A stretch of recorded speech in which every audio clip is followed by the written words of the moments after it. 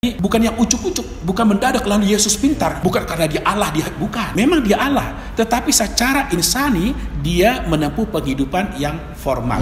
Shalom, selamat datang kembali di Channel of Blessings.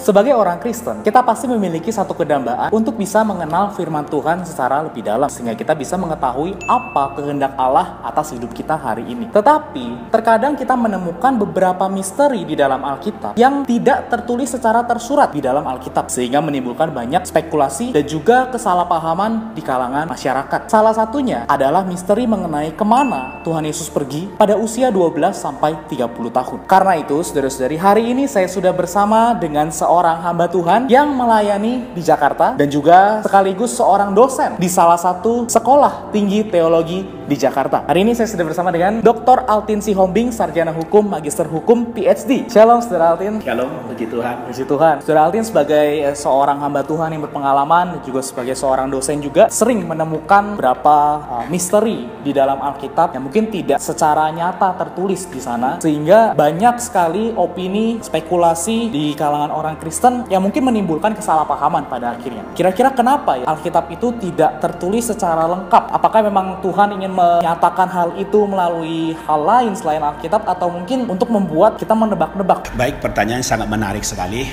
Memang adalah kalau kita lihat Alkitab, jadi tidak semua hal dalam Alkitab itu dicatat. Jadi apa yang dicatat dalam kitab itu sudah merupakan inti-inti pokok. Memang untuk hal itulah, ya kan, perlu ada orang yang baik-baik menggali Alkitab, mendalami Alkitab supaya dipahami. Kalau kita memang hanya baca sepintas, ada banyak hal tidak menemukan jawaban-jawaban yang dipertanyakan orang. Tapi kalau kita teliti, baca secara baik-baik, nanti akan menemukan juga dalam Alkitab. Akan menemukan juga. Ya, pasti ada juga.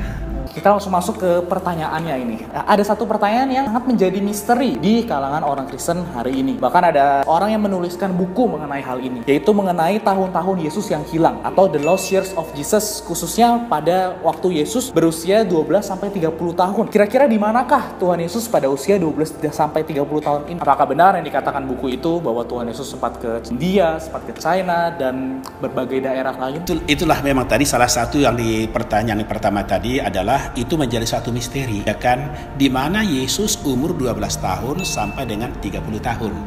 Jadi kalau memang kita sepintas baca Alkitab, kita tidak akan paham. Kita harus teliti membacanya dengan baik-baik. Orang kan tahu ini di Lukas pasal 2 itu jelas dikatakan, Lukas pasal 2 ayat 42 mengatakan, ketika Yesus berumur 12 tahun, pergilah mereka ke Yerusalem seperti yang lazim pada hari raya itu. Jadi kita melihat di sini umur 12 tahun.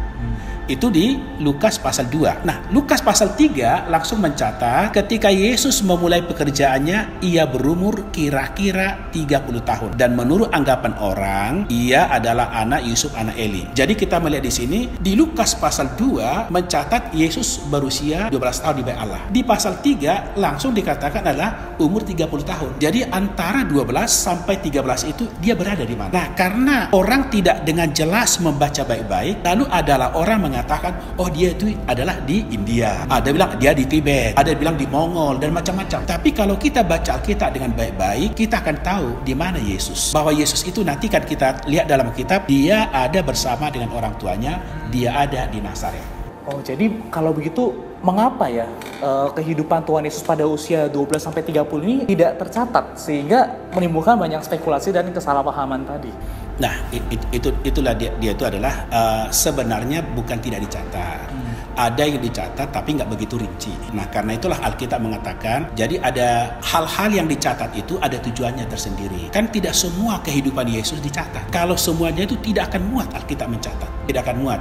Tetapi ada yang dicatat. Nah, apa yang dicatat itu perkara-perkara yang dilakukan oleh Yesus itu dipilih, dicatat dengan tujuan. Yang pertama tujuannya adalah supaya setiap orang yang percaya kepada Tuhan Yesus beroleh hidup yang kekal. Jadi yang kedua adalah apa yang dicatat itu adalah untuk mempersaksikan tentang hidup yang kekal dan pembangunan. Saya katakan itu adalah tentang hayat yang kekal dan pembangunan. Misalnya kalau kita baca di dalam kitab Yohanes pasal 21 ayat 35 di sini mengatakan masih banyak hal-hal lain lagi yang diperbuat oleh Yesus. Tetapi jikalau semuanya itu harus dituliskan satu persatu, makanya agaknya dunia tidak dapat memuat semua kitab yang harus ditulis itu. Itu Yohanes pasal 21 ayat 35. Nah, kalau ayat 30 dan 31 berkata begini, masih banyak tanda, ya, masih banyak tanda lain yang dibuat Yesus di depan mata murid-muridnya yang tidak dicatat dalam kitab ini. Tetapi semua yang tercantum di sini telah dicatat supaya kamu yang percaya bahwa Yesuslah Mesias, Anak Allah, dan supaya kamu oleh imanmu memperoleh hidup dalam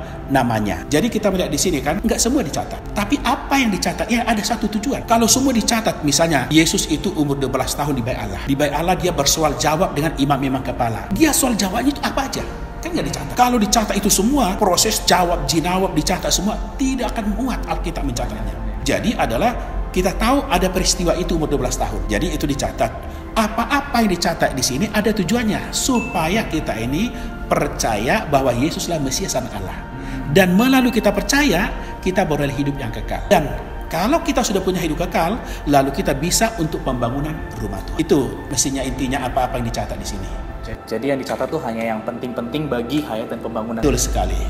Kalau begitu bagaimana kalau pada saat itu kita tahu bahwa Tuhan Yesus berada di Nazaret? Sebenarnya betul, itu yang dikatakan tadi ada orang bilang di sana di sini, kita nggak usah bahas itulah. Kalau ada orang mengatakan dia di India lah, di mana lagi gitu kan, nggak usah kita bahas itu. Orang boleh saja berkata itu. Kita lebih baik kita baca berdasarkan Alkitab bahwa memang adalah Tuhan Yesus berada di Nazaret. Nah, itu ketika Tuhan Yesus kan berada di Bait Allah, umur 12 tahun, bersoal jawab. Setelah orang tuanya pulang cari sana sini nggak ketemu, mereka kembali lagi mencari Yesus. Setelah mencari Yesus, berjumpa Yesus sedang bersoal jawab di Bait Allah. Singkat cerita adalah Maria berkata, kami ini telah cemas mencari kau kemana-mana. Nah, Tuhan mengatakan, kenapa kalian mencari aku? Bukankah ada tertulis bahwa aku akan di dalam rumah Bapa? Nah, kemudian adalah masih Lukas pasal 2 ayat-ayat terakhir, yaitu ayat 51 dan 52 berkata begini, lalu ia pulang, yaitu Tuhan Yesus ya, lalu ia pulang bersama-sama mereka ke Nazaret, pulang ke Nazaret, dan ia tetap hidup dalam asuhan mereka, dan ibunya menyimpan semua perkataan itu di dalam hatinya. Dan Yesus semakin bertambah besar dan bertambah hikmatnya dan besarnya, dan makin dikasihi oleh Allah dan manusia. Jadi kita melihat di sini dia pulang ke rumah orang tuanya, dia pulang ke Nazaret dan bertambah besar di sana dia. Bertambah besar, bertambah perawakannya, bertambah hikmatnya, dikasihi oleh Allah dan manusia. Kalau begitu berarti kan Tuhan Yesus disebut sebagai orang Nazaret karena dia dibesarkan di Nazaret. Kira-kira apa yang dilakukan Tuhan Yesus selama dia di Nazaret itu? Yang dilakukan Yesus Nazaret banyak sekali. Tetapi saya ingin membuktikan dulu bahwa dia itu adalah benar-benar di Nazaret. Benar-benar dari mana kita tahu? Karena dia di sana ketika Yesus melakukan mujizat. Dia melakukan mujizat, dia disebut adalah sebagai anak tukang kayu. Anak tukang kayu misalnya ya, Matius pasal 13 ayat 55 saya bacakan, dikatakan begini, bukankah ia ini anak tukang kayu? Bukankah ibunya bernama Maria dan saudara-saudaranya Yakobus, Yusuf, Simon dan Yudas? Jadi kita melihat sini Yesus itu ketika melakukan mujizat, banyak orang gak percaya. Orang berkata, bukankah dia ini anak tukang kayu? Artinya apa? Artinya semua orang tahu bahwa ayah daripada Tuhan Yesus ini, ayah jasmaninya itu namanya Yusuf. Pekerjaannya sebagai serimala, tukang kayu. Jadi sebagai tukang kayu, nah Yusuf ini membantu orang tuanya, ikut bekerja bersama orang tuanya. Nah orang-orang lain datang melihat, oh ini anaknya tukang kayu, bapaknya tukang kayu. Yesus sering bersama dengan orang tuanya sehingga orang tahu ini adalah anak tukang kayu. Nah itu yang pertama. Lalu selain itu sebenarnya Alkitab juga menyebut bahwa Yesus itu tukang kayu. Beda bukan? Anak tukang kayu dengan tukang kayu. Anaknya tukang kayu berarti orang tuanya profesinya adalah tukang kayu. Kalau disebut tukang kayu berarti dianya tukang kayu. Nah itu adalah Alkitab mengatakan itu di dalam Markus pasal 6 ayat 3 berkata begini, bukankah ia ini tukang kayu, anak Maria, saudara Yakobus, Yoses, Yudas dan Simon, dan bukankah saudara-saudaranya yang perempuan ada bersama dengan kita? Lalu mereka kecewa dan menolak dia. Ya kan, jadi kita melihat di sini adalah bahwa Yesus sebagai tukang kayu. Apa artinya tukang kayu? Artinya tukang kayu adalah, jadi dulu bapaknya tukang kayu, Yesus ikut membantu. Sekarang bapaknya itu adalah meninggal lebih dahulu. Dia meninggal lebih dahulu. Nah Yesus itu sebagai anak sulung, anak yang pertama di keluarga, dia sekarang mengambil alih tanggung jawab keluarga. Dia meneruskan meneruskan usaha orang tua, dia menjadi tukang kayu.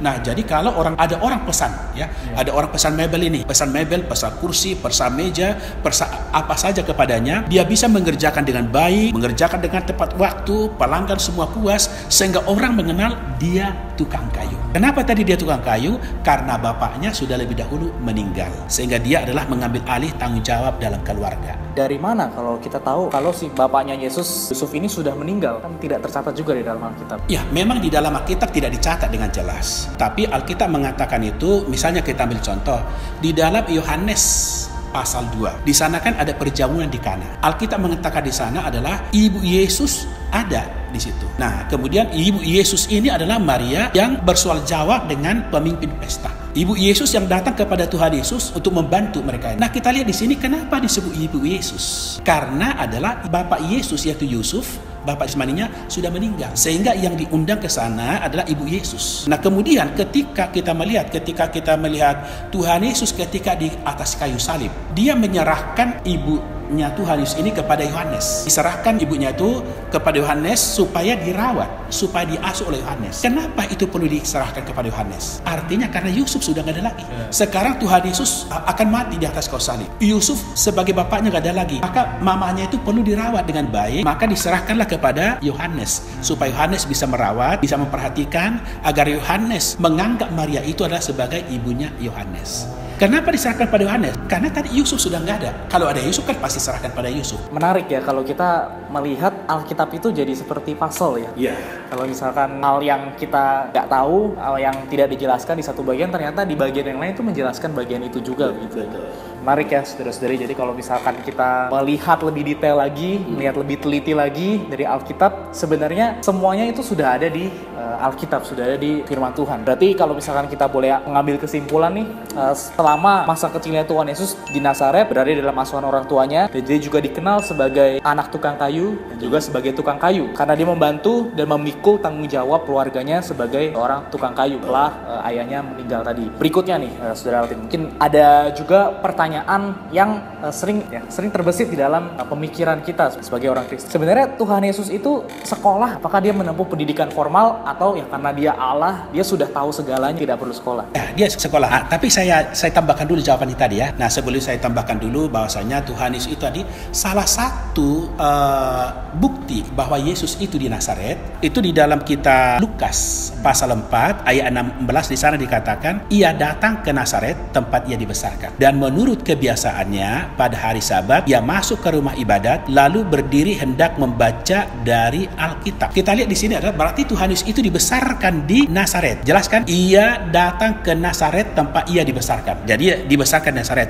Kedua dikatakan menurut kebiasaannya pada hari Sabat ia masuk ke rumah ibadat. Jadi pada hari Sabat setahun ada 52 kali hari Sabat. Setiap hari Sabat dia adalah ke rumah ibadat yang di Nazaret. Jadi ini adalah juga pertanda lain tadi bahwa dia adalah memang benar-benar adalah dia berada di Nazaret. Nah, tadi pertanyaannya apakah Yesus menempuh pendidikan, ya kan? Jadi ini memang ini yang menarik. Menarik ini adalah karena di dalam Alkitab seperti nggak dijelaskan, ya kan? Tapi kalau kita membaca dengan baik-baik bahwa Yesus ini sesungguhnya memiliki pendidikan. Nah, untuk hal ini mungkin kita perlu tahu dulu bahwa di kalangan Yahudi itu ada 8 tahapan kehidupan anak. Ya, jadi ada 8 tahapan kehidupan anak-anak. Ada yang disebut Yalet. Yalet itu artinya usia bayi. Ada yang kedua adalah Yonek. Yonek itu adalah usia menyusu. Yang ketiga Olel. Olel itu di atas usia menyusu. Yang keempat adalah Gemul. Gemul itu usia disapih. Nah, yang kelima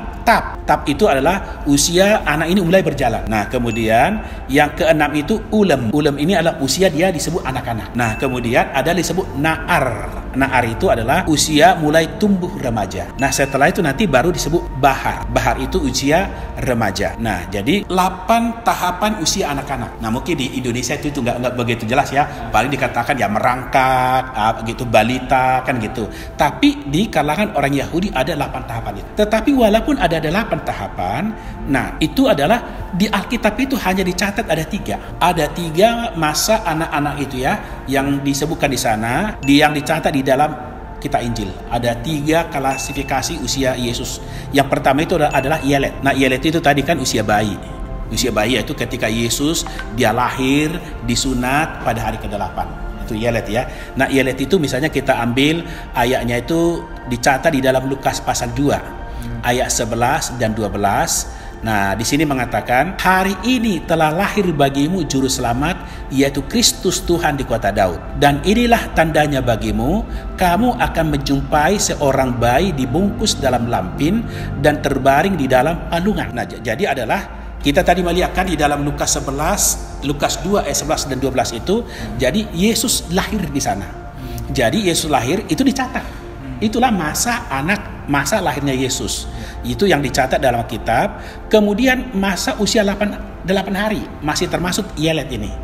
Nah, Lukas pasal 2 ayat 21 berkata demikian. Dan ketika genap 8 hari dan ia harus disunatkan, ia diberi nama Yesus, yaitu nama yang disebut oleh malaikat sebelum ia dikandung ibunya. Jadi 8 hari. Ini adalah hari yang disebut Yelet, hari kelahiran Yesus. Pada usia dia dilahirkan sampai anak masih bayi begini dicatat dalam kitab. Nah, itu adalah salah satu bagian yang dicatat ya. Yang kedua, tadi kan saya bilang ada 3 klasifikasi usia Tuhan Yesus dicatat di dalam kitab di antara 8. Yang kedua itu adalah Yonek. Yonek itu adalah usia menyusu. Usia menyusu itu adalah yaitu ketika ia diserahkan ke bait Allah di hadapan Simeon dan Hana. Sekelompok kekristenan itu menyebut adalah penyerahan. Makanya ada nanti bayi-bayi anak-anak adalah diserahkan di gereja kepada hamba Tuhan, diserahkan untuk didoakan, disebut penyerahan anak adalah berdasar daripada ini. Nah, jadi ini adalah kalau kita melihat ini di dalam Lukas pasal 2 ayat 22. Di sana dikatakan, dan ketika genap waktu pentahiran menurut hukum Taurat Musa, mereka membawa dia ke Yerusalem untuk menyerahkannya kepada Tuhan. Jadi di dalam Alkitab itu, di kitab Imamat ada tertulis, nah kalau seorang perempuan melahirkan, kalau anak laki-laki, ya kan, maka si perempuan ini dia najis.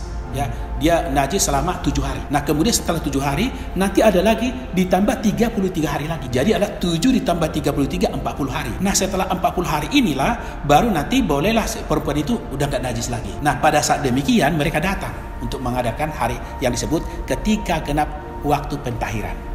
Nah, ketika genap waktu pentahiran menurut hukum Taurat Musa, mereka membawa dia yaitu Yesus ke Yerusalem untuk menyerahkannya kepada Tuhan. Itu kalau laki-laki. Kalau perempuan itu dia adalah kalau yang lahir perempuan, maka ibu itu dia najis selama 14 hari. 14 hari nanti ditambah lagi adalah 66 hari. Jadi 80 hari lebih lama. Tapi karena Yesus adalah sebagai laki-laki, maka setelah 40 hari lah genap waktu pentahiran bagi ibunya. Itu yang kedua adalah tadi masa Yonek, masa usia menyusui. Yang ketiga Bahar. Bahar itu yang kita sebut adalah dia usia remaja. Ya, usia remaja yaitu pada usia 12 tahun. Ya, ketika usia remaja itu adalah diajak oleh Yusuf dan Maria ke Yerusalem. Di sana pada usia 12 tahun ini seorang anak laki-laki disebut adalah anak hukum. Dia anak hukum Taurat oleh orang yang disebut anak hukum Taurat oleh orang Yahudi. Kenapa disebut anak hukum Taurat? Karena mulai hari itu dia menjalani kewajiban hukumnya. Jadi di usia 12 tahun inilah yang kita tadi udah bahas di Lukas 2 ayat 42 ya. Dikatakan di sana, ketika Yesus telah berumur 12 tahun, pergilah mereka ke Yerusalem seperti lazimnya pada hari raya itu. Jadi seorang umur 12 tahun itu dibawa ke Yerusalem. Karena di sana nanti ada acara. Jadi kenapa ya usia 12 tahun ini itu penting bagi orang Yahudi pada saat itu? Orang Yahudi memang ada banyak kepercayaan tentang 12 tahun. Ya mungkin saya tidak bisa bahas lah karena di Alkitab itu gak dicatat. Misalnya ada orang Yahudi nanti mengakui, tapi ini bukan Alkitab loh ya. Orang Yahudi mengakui bahwa umur 12 tahun itu bahwa seseorang baru menerima roh dari Tuhan, gitu kan? Yang disebut Neshama. Ada nanti disebut bahwa misalnya Samuel itu dipanggil Samuel. Orang meyakini itu pada usia 12 tahun. Jadi banyak sekali angka 12 itu dipercayai oleh orang Yahudi. Tetapi yang kita bahas adalah yang sesuai dengan Alkitab di sini, seorang anak remaja mulai dia bertanggung jawab secara penuh atas segala perbuatannya di hadapan Tuhan pada usia 12 tahun. Nah, jadi pada usia 12 tahun ini, maka pada usia 12 tahun itu dia disebut itu adalah sebagai anak, sekarang dia nanti akan memikul tanggung jawab. Dia memikul tanggung jawab, dia akan menerima hukum, maka disebut adalah anak hukum Taurat. Jadi adalah di kalangan orang Yahudi itu ada yang disebut adalah bar mitzvah. Bar mitzvah ini disebut juga namanya tepilin sabat. Jadi kenapa disebut tepilin sabat? Karena dilakukan pada hari sabat. Ini adalah acara untuk mereka yang berusia 12 tahun, acara bar mitzvah ini, ya kan? Acara ini kalau laki-laki, ya, untuk laki-laki disebut dia itu bar mitzvah untuk anak laki-laki. Tapi untuk perempuan disebut ada bat mitzvah. Jadi ada bar mitzvah, di sini bat mitzvah, bat. Jadi ini adalah umur 12 tahun ini mereka dibawa ke bait Allah. Salah satu rangkaian acara itu yang disebut adalah bemah. Nah, bemah itu adalah nanti adalah orang ini disuruh menghadap mimbar. Ketika menghadap mimbar, lalu nanti diserahkanlah hukum kepadanya. Nah, dibawa hukum, jadi artinya inilah dia sekarang adalah menerima hukum Taurat. Maka dia disebut adalah anak hukum Taurat. Wah, luar biasa ya kalau misalnya kita mendalami mengenai kebiasaan adat orang Yahudi. Kayaknya pada saat itu adat istiadat udah cukup rumit gitu ya. Iya, betul. Wah. Nah, lalu kira-kira pada saat itu apakah Tuhan Yesus juga pergi ke sekolah? Apakah menerima pendidikan? Ini pertanyaan yang sangat menarik ya. Jadi karena orang bertanya-tanya, Yesus ini ketika umur 12 tahun saja, ya kan? Umur 12 tahun itu dia sudah bisa bersoal jawab dengan imam-imam kepala. Dan di dalam pelayanan dia ketika melayani, dia bisa menjawab siapapun dengan begitu hikmat, begitu luar biasa. Lalu timbul pertanyaan, memang satu pihak dia Allah, ya kan? Tapi dari mana dia mengetahui hikmat itu? Secara manusiawi dari mana dia peroleh hikmat itu? Itu adalah karena memang dia menempuh pendidikan. Dia pendidikan yang formal. Jadi misalnya kalangan orang Yahudi itu adalah di dalam Kitab Ulangan pasal 6 ayat 6 sampai 8 ya. Kitab Ulangan pasal 6 ayat 6 sampai 8 ini adalah boleh dikatakan ini dasar tentang pendidikan. Bahkan kalau sekolah-sekolah kekristenan ya, ini pasti semua tahu ini kenapa orang mengadakan pendidikan, dasarnya ada dari sini. Ulangan 6 ayat 6 sampai 8 bunyinya begini.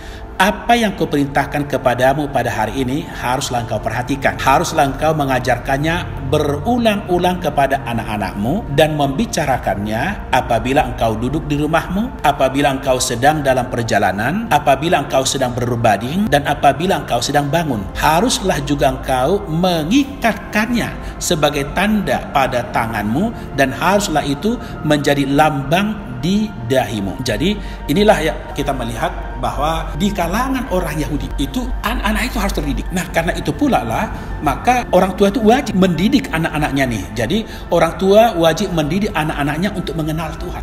Ya mengenal Tuhan, bahkan pada masa pembuangan pun Alkitab kan ada mencatat ya, ada masa pembuangan yaitu orang Israel terbuang di Babel ya. Pada masa pembuangan itu di Babel sekitar tahun 500 sebelum Masehi. Lalu ketika itu Tuhan menggerakkan Esra ini kan adalah ahli kitab. Esra ini yang menulis Sejarah Keluaran, yang menulis kembali gitu ya ke 5 Taurat Musa. Nah, Tuhan menggerakkan Esra ini untuk menulis kitab dan juga untuk membangkitkan kembali kecintaan orang Israel kepada Taurat Tuhan. Orang Israel ini terhadap Taurat Tuhan itu mereka luar biasa. Dari anak-anak kecil ya, kalau kita melihat pada waktu itu ya, kalau kita mengetahui bahwa tempat ibadah itu menjadi tempat orang belajar. Oh, jadi tempat ibadah menjadi tempat belajar supaya mereka semua belajar Taurat Tuhan. Bahkan anak-anak kecil bawa untuk belajar dari kecil. Nah, orang tuanya itu bahkan orang tua anak-anak yang usia di bawah 5 tahun, harus dibawa itu ke sinagoge orang Yahudi. Nah, di sana mereka dididik mereka tentang Taurat, lalu dikelompokkan mereka, lalu anak itu dilatih menganalisa suatu persoalan, dilatih mereka bagaimana bertanya dan menjawab. Dan di situ relawannya orang Yahudi yang sudah mahir, mereka dengan sukarela membantu mereka menjawab pertanyaan. Jadi karena itu nggak heran ketika Yesus itu umur 12 tahun bisa bersoal jawab, karena itu dari usia bahkan di bawah 5 tahun pun ya, di bawah 5 tahun mereka udah terbiasa akan hal-hal itu, sudah terlatih. Pantesan sampai sekarang pun orang Yahudi pintar-pintar ya? Iya, pintar-pintar. Karena memang tadi kan itu dari kecil begitu. Dan ini berlaku loh sampai zaman Perjanjian Baru itu ada hal itu. Mereka tuh belajar dari mana kita tahu. Jadi anak-anak lagi masih kecil pun ya itu mereka belajar. Karena misalnya Paulus berkata di dalam 1 Timotius pasal 3 ayat 15, sana dikatakan itu, ingatlah juga bahwa dari kecil engkau sudah mengenal kitab suci. Jadi Paulus berkata kepada Timotius, ingatlah juga bahwa dari kecil itu adalah dari from baby, dari bayi. dari bayi. Dari sudah makanya luar biasa ini kan. Jadi sebagaimana anak-anak Yahudi yang lain ketika masih kecil, Tuhan Yesus juga demikian. Ya, jadi sudah dibawa ke ke sinagoge, ke rumah ibadat untuk mereka itu belajar mengenal Taurat Tuhan, mengenal hukum Taurat. Jadi mengenal Taurat sehingga karena udah demikian udah terlatih, lalu mereka itu bisa jawab jinawa. Dan ini tadi saya bilang ini bahkan sampai sampai zaman perjanjian baru juga masih. Buktinya Paulus berkata kepada Timotius. Jadi kita perlu paham ini kan bahwa Tuhan Yesus ini kan bagaimanapun kita harus paham bahwa Yesus ini adalah dilahirkan, dibesarkan di kalangan suku atau bangsa Yahudi. Jadi dia mengikuti itu semua adalah kebiasaan orang Yahudi. Bagaimana kebaik Allah, bagaimana belajar Alkitab, bagaimana. Jadi bukan yang ucuk-ucuk, bukan mendadak lalu Yesus pintar, bukan karena dia Allah, dia bukan. Memang dia Allah, tetapi secara insani dia menempuh penghidupan yang formal. Dari anak-anak pun dia udah menempuh pendidikan. Tapi berarti orang Yahudi itu hanya mempelajari tentang Taurat ya? Dia nggak mempelajari tentang pengetahuan, ilmu alam, dan lain-lain? Yang lain-lain mereka pelajari juga. Tapi pada saat-saat kecil mereka fokus. Nah, sekarang saya tempari beberapa bulan yang lalu, saya baru balik dari sana, dari Israel. Saya tanya-tanya tour guide-nya gitu ya. Yang di sana saya tanya-tanya tentang Yahudi. Bagaimana, apa begini, betul nggak ini? Saya ingin tahu kan? Apa yang saya pelajari, apa yang saya tahu itu saya ingin tanya langsung kepada mereka. Mereka bilang gimana? Oh, kita itu dari bayi kita udah arahkan. Dia bilang kita udah arahkan ini.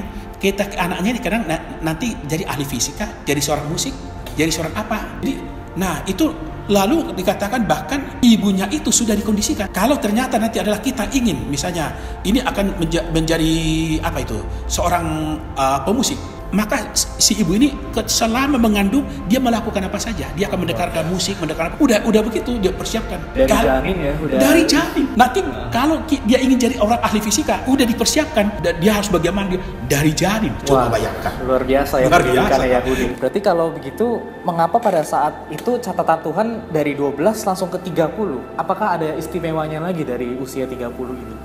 Nah, ini memang kan adalah karena tadi kita bilang itu tadi kan. Jadi hal-hal kelihatannya nggak dicatat. Padahal juga ada.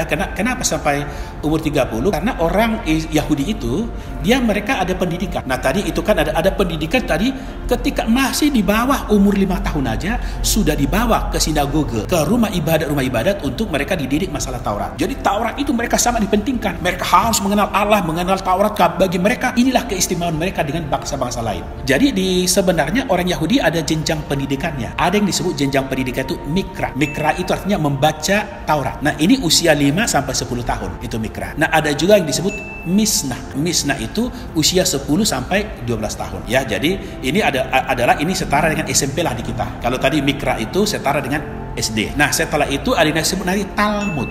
Talmud itu usia 13 tahun sampai 19 tahun. Yang sekarang ya. Kalau dulu itu adalah usia 12. Nah, usia 12 karena ada perubahan ya dalam di waktu Tuhan Yesus itu masih sampai usia 12 tahun. Tapi setelah itu nanti adalah udah berubah usia 13 tahun. Jadi setara SLTA disebut Talmud usia 12 atau 13 tahun sampai dengan 19 tahun. Ini agak dewasa nih memang. Lalu usia ada yang disebut adalah Beit Midrash. Lebih sering dikatakan midras gitu ya. Itu usia 20 sampai 30 tahun. Jadi kalau udah 30 tahun orang ini tadi kan pertanyaannya masalah 30 kan. Nah, usia 30 tahun ini kalau orang Yahudi benar-benar dia itu menempuh pendidikan, maka usia 30 tahun ini dia menjadi seorang istimewa. Karena dia bisa bekerja dengan baik, bahkan dia bisa menjadi rabi. Ya, rabi, guru ya yang bisa berkhotbah di sinagoge atau di rumah ibadat. Karena itu Tuhan Yesus sering dipanggil rabi gitu. Ya, betul. Jadi dia disebut rabi karena nggak semua orang bisa disebut rabi. Tidak semua orang bisa berkhotbah di bait Allah, tidak semua orang bisa mengajar di bait Allah. Itu hanya orang yang lulusan midras. Ya, lulus midras yang dia berkualifikasi sebagai rabi. Itulah yang bisa mengajar atau berkhotbah di bait Allah. Jadi itu semacam gelar profesor, doktor gitu ya kalau hari ini mungkin. Ya, kalau hari ini seperti itu. Nah, karena orang di kalangan Yahudi itu ya, kalau orang itu jadi tujuan utama nih yang tertinggi mereka jadi rabi. Jadi seperti Paulus mengatakan dia di bawah pendidikan Gamaliel. Dan di bawah pendidikan Gamaliel juga tujuannya jadi rabi. Jadi kalau dia udah rabi, wah udah dianggap kalangan yang sangat elit sekali. Jadi kalau kita melihat di sini gitu kan, jadi hidup yang dijalani oleh Yesus itu ya sangat hidupnya berproses. Ya hidup yang ada berproses, sehingga Alkitab juga berkata begitu. Dia itu semakin bertambah besarnya, makin bertambah hikmatnya. Berarti kan ada proses yang dilalui. Seperti yang di Lukas tadi udah kita baca, Lukas 2 ayat 52 mengatakan, dan Yesus makin bertambah besar dan bertambah hikmatnya dan besarnya dan makin dikasihi oleh Allah dan manusia. Jadi dia berproses, ada proses-proses dia lalui, proses tadi dari pendidikan ya yang Taurat, kemudian sampai kepada Talmud, nanti kemudian sampai terakhir Midras. Nah, Midras itu dia ada proses.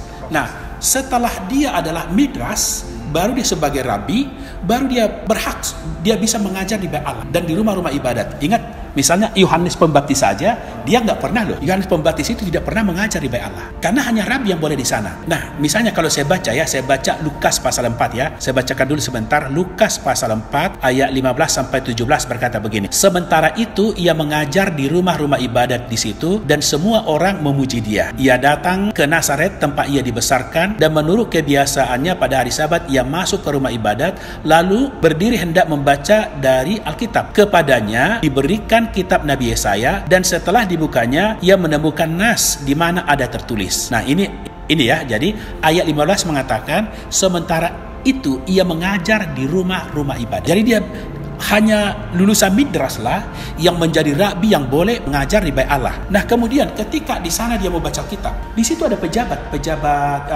di bait Allah itu, dia menyerahkan bait Allah, kitab. Ini pejabat itu nggak bisa sembarangan. Dia kitab itu nggak bisa diserahkan kepada orang. Harus dia tahu siapa akan berbicara ini, siapa akan mengajar ini.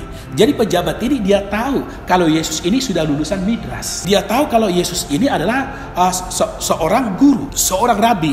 Maka dikasihkan dia itu, pejabat itu menyerahkan gulungan kita kepadanya, yang tadi adalah dari kitab Yesaya. Jadi kalau kita lihat di sini ayat 15 kan mengatakan bahwa Tuhan Yesus mengajar di bait Allah. Sedangkan ayat 17 mengatakan bahwa pejabat itu memberikan kitab kepadanya. Ini pertanda bahwa Yesus benar-benar adalah lulus sekolah formal, lulus dia dari Midras ya, dari Midras. Dia lulus itu adalah Midras itu adalah mempelajari Taurat ya. Itu hanya untuk kayak untuk SD lah. Tapi selain itu dia juga menempuh pendidikan lain. Dia juga menempuh hidupan Mishnah. Itu setara dengan SMP. Nah, kemudian dia lulus juga Talmud. Nah, jadi setelah dia semua ini barulah boleh dia ke Midras. Jadi tadi mungkin saya salah ngomong tadi ya. Pertama itu Mikra ya. Lalu yang kedua adalah Mishnah, yang ketiga adalah yang SMA Talmud, yang kuliah itu adalah ya ke Beit Midras. Jadi nggak mungkin orang ke Beit Midras tanpa dia lulus Talmud, nggak mungkin orang Talmud tanpa lulus Mishnah, dan nggak mungkin orang Mishnah kalau nggak lulus Mikra. Jadi Yesus itu udah pasti melalui semua pendidikan formal itu, sehingga dia bisa menjadi seorang yang berqualified berkhotbah atau mengajar di Bait Allah. Berarti kalau misalkan kita perhatikan dari sini, apa yang menjadi proses pendidikan Tuhan Yesus ini sangat berguna untuk ministrinya pada saat dia usia 30 tahun. Karena kalau tanpa Tuhan Yesus menjadi rabi, tanpa Tuhan Yesus lulus dari Beit Midras ini, dia pasti tidak bisa mengajarkan mengenai Injil kepada orang-orang pada saat itu gitu. Betul. Kalaupun bisa hanya di luar. Tidak bisa di sinagoge, tidak bisa di Bait Allah. Jadi karena dia memiliki title seorang rabi, jadi dampaknya bisa lebih besar bagi orang pada saat itu. Betul. Kita langsung ke pertanyaan terakhir nih, Saudara Alti. Jadi setelah kita sudah bicara panjang tadi mengenai kehidupan Tuhan Yesus, apa yang Tuhan Yesus kerjakan di bumi selama usia 12 sampai 30 tahun khususnya, kira-kira apa yang bisa kita pelajari dari kehidupan Tuhan Yesus ini? Apa aplikasinya bagi kehidupan kita hari ini? Nah, ini dia. Ini memang adalah yang sangat penting bagi kita. Jadi kita melihat Tuhan Yesus ini adalah kenapa Yesus ini sebenarnya kan dia itu umur 12 tahun aja dia sudah melakukan banyak mujizat. Ya kan, mujizat itu bersoal jawab. Artinya ketika umur 12 tahun harusnya dia tidak perlu apa-apa, dia udah langsung bisa. Mau mati di atas kayu salib juga udah bisa. Tetapi adalah kenapa dia harus menempuh proses kehidupan yang begitu lama. Sampai umur 30 tahun baru dia dibaptiskan, lalu adalah menunaikan ministrinya, umur 33,5 tahun tersalib di atas kayu salib. Nah, tadi kan pertanyaannya apa teladan atau apa manfaat yang dapat kita peroleh daripada kehidupan Tuhan Yesus ini? Jadi yang pertama kita melihat adalah menempuh pendidikan yang baik. Jadi adalah baik itu orang tua ya, baik orang tua harus mendorong anak-anaknya supaya seperti Tuhan Yesus menempuh pendidikan yang baik. Jadi jangan orang putus sekolah. Yang anak-anak, saya juga sangat mendorong supaya belajarlah yang baik-baik. Jangan puas hanya lulus S1, jangan puas. Jadi enggak cukup, tuntutan zaman sekarang S1 enggak cukup. Jadi harus baik-baik orang menempuh pendidikan. Karena orang ini kelak hidup kita itu akan ditentukan oleh pendidikan. Selain Tuhan ya, selain Tuhan. Jadi hari ini banyak orang kaya karena dia mewarisi. Tapi kita akan makin tahu nanti kehidupan ini kelak adalah karena pendidikan. Karena mereka pendidikan, jadi karena itu kita yang anak-anak, yang remaja kita dorong mereka supaya sekolah baik-baik. Yang orang tua juga kita dorong supaya dia adalah mendorong anaknya sekolah. Jangan mengharap yang penting sudah bekerja. Nggak demikian. Harus satu menempuh pendidikan yang baik-baik. Yang kedua, yang perlu kita pelajari dari kisah Tuhan Yesus ini adalah kita perlu menjadi orang yang belajar bertanggung jawab dalam keluarga. Jadi seperti Tuhan Yesus, dia bertanggung jawab. Ya kan, dia bertanggung jawab artinya adalah ketika ayah jasmaninya sudah nggak ada, dia mengambil alih tanggung jawab dalam keluarga. Jadi kita yang sebagai anak, kita harus menjadi orang dimanapun kita berada, kita harus bertanggung jawab. Sebagai siswa, sebagai ada tugas diberikan pada kita harus bertanggung jawab. Sebagai orang tua, kita juga harus bertanggung jawab. Kita jangan lari dari tanggung jawab kita. Jangan kita nanti inginnya kalau berkat kita mau, kalau perkara-perkara yang bagus mau. Tetapi ketika itu rugi, ketika derita, ketika resiko, kita lari dari tanggung jawab. Kita harus belajar kayak Tuhan Yesus di sini adalah dia menjadi orang, tidak hanya dia belajar pendidikan yang baik, dia juga belajar menjadi orang yang bertanggung jawab. Yang ketiga, dia adalah dari kisah Tuhan Yesus ini, kita juga perlu belajar bagaimana kita dikasihi oleh Allah dan manusia. Karena kita Lukas pasal 2 tadi mengatakan, Yesus ini semakin bertambah besarnya, bertambah perawakannya, semakin bertambah hikmatnya, semakin dikasihi oleh Allah dan manusia. Ada orang adalah dia hanya mencari dikasih oleh Allah, tidak dikasih oleh manusia. Orang tuanya dia nggak pedulikan, keluarga dia nggak pedulikan, sehingga hanya pergi baca kitab, berdoa, pergi ke gereja, itu aja. Urusan di rumah tangga, di keluarga, mencuci pakaian, membantu orang tua tidak dihiraukan, sehingga orang tua kadang-kadang jadi gimana anak ini begini gitu kan. Jadi ada orang dia hanya mencari Allah saja, ya, dikasih oleh Allah. Jadi tidak dikasih oleh manusia. Ada juga orang adalah dia hanya dikasih oleh manusia. Dia tidak mau mencari perkenan Allah. Bagaimana asal manusia suka, manusia berkenan. Nah gitu kan, dia nggak peduli Allah. Sehingga kadang-kadang asal manusia suka, mau dia bohong, mau dia dusta, mau apa dia nggak masalah. Tetapi dari sini kita belajar, kita perlu menjadi orang yang dikasihi oleh Allah dan manusia. Jadi teladan dari Tuhan Yesus ini kita melihat sekali lagi adalah kita perlu memiliki pendidikan yang bagus. Ya, jadi kalau dulu orang didorong supaya, zaman dulu kan dulu SMA udah cukup, belakangan S1, sekarang S1 udah cukup loh. Harus minimum S2. Kalau bisa tempuhlah pendidikan setinggi mungkin. Kalau kami dulu orang tua kami berkata itu, kalau orang tuanya pendidikan apa, anaknya harus jauh lebih tinggi. Nggak boleh sama. Kalau orang tuanya SMA, anaknya harus perguruan tinggi. Kalau orang tuanya S1, anaknya harus S2. Demikian. Harus terus menempuh pendidikan setinggi mungkin. Namun, dalam pada itu, kita harus belajar bertanggung jawab. Bertanggung jawab di keluarga kita. Kita sebagai anak, kita ada tanggung jawab kita sebagai anak. Bagaimana kita membantu keluarga, membantu orang tua. Mungkin ada hal-hal yang perlu kita bersihkan, perlu kita bantu. Mungkin piring perlu ada pakaian atau kamar rumah perlu dibersihin. Itu kita harus bertanggung jawab. Namun selain itu juga yang terakhir kita perlu adalah belajar dikasihi oleh Allah dan manusia. Kalau kita demikian, hidup kita diperkenan oleh Allah. Puji Tuhan. Ya, jadi boleh kita ambil kesimpulan, apa yang bisa kita teladani dari kehidupan Tuhan Yesus adalah kita menempuh pendidikan yang baik, betul, membantu dan bertanggung jawab dari keluarga, amin, serta dikasihi oleh Allah maupun oleh manusia, sehingga kita bisa memiliki kehidupan yang berkenan di hadapan Allah. Amin. Puji Tuhan. Mungkin Saudara Altin boleh memimpin kita menutup di dalam doa. Oke, baik, kita berdoa ya. Mari kita berdoa. Terima kasih Tuhan Yesus, Allah yang kami sembah, Allah yang hidup, Allah yang tinggal di dalam roh kami. Terima kasih melalui pembahasan pada kesempatan ini memberikan dorongan bagi kami betapa indah dan mulia kehidupan yang Kau tempuh. Terima kasih atas teladan Tuhan supaya mendorong kami sekalian, supaya kami belajar bagaimana menempuh pendidikan sebaik dan setinggi mungkin. Bagaimana juga kami belajar memiliki tanggung jawab di dalam kehidupan dimanapun kami berada. Dan kami juga Tuhan, supaya kami mencari bagaimana kami dikasihi oleh Allah dan manusia. Tuhan berkatilah, inilah kedambaan kami, supaya dengan demikian kami bisa menampilkan, mengekspresikan, dan memuliakan nama Tuhan. Berkati dan jagalah kami. Doa ini kami panjatkan di dalam nama-Mu yang manis dan yang menang, Yesus Kristus Tuhan dan Juru Selamat kami. Amin. Amin. Puji Tuhan. Terima kasih saudara-saudari telah menonton video ini sampai akhir. Jangan lupa like, komen, dan subscribe ke channel Love Blessing, serta share video ini ke teman-teman, keluarga, dan kerabat Anda semua, supaya semua orang yang Anda kenal juga bisa mengetahui fakta ini, dan juga bagaimana memiliki kehidupan yang dikasihi oleh Allah dan manusia, sehingga hidup kita bisa diperkenan di hadapan Allah. Terima kasih saudara Altin sudah berbagian, sudah bersedia untuk berdiskusi dengan kami hari ini. Dan juga saudara-saudari, kalau misalkan mungkin ada pertanyaan mengenai topik ini maupun topik lain seputar dengan firman Tuhan, saudara-saudari boleh tulis di kolom komen di bawah. Terima kasih dan sampai jumpa.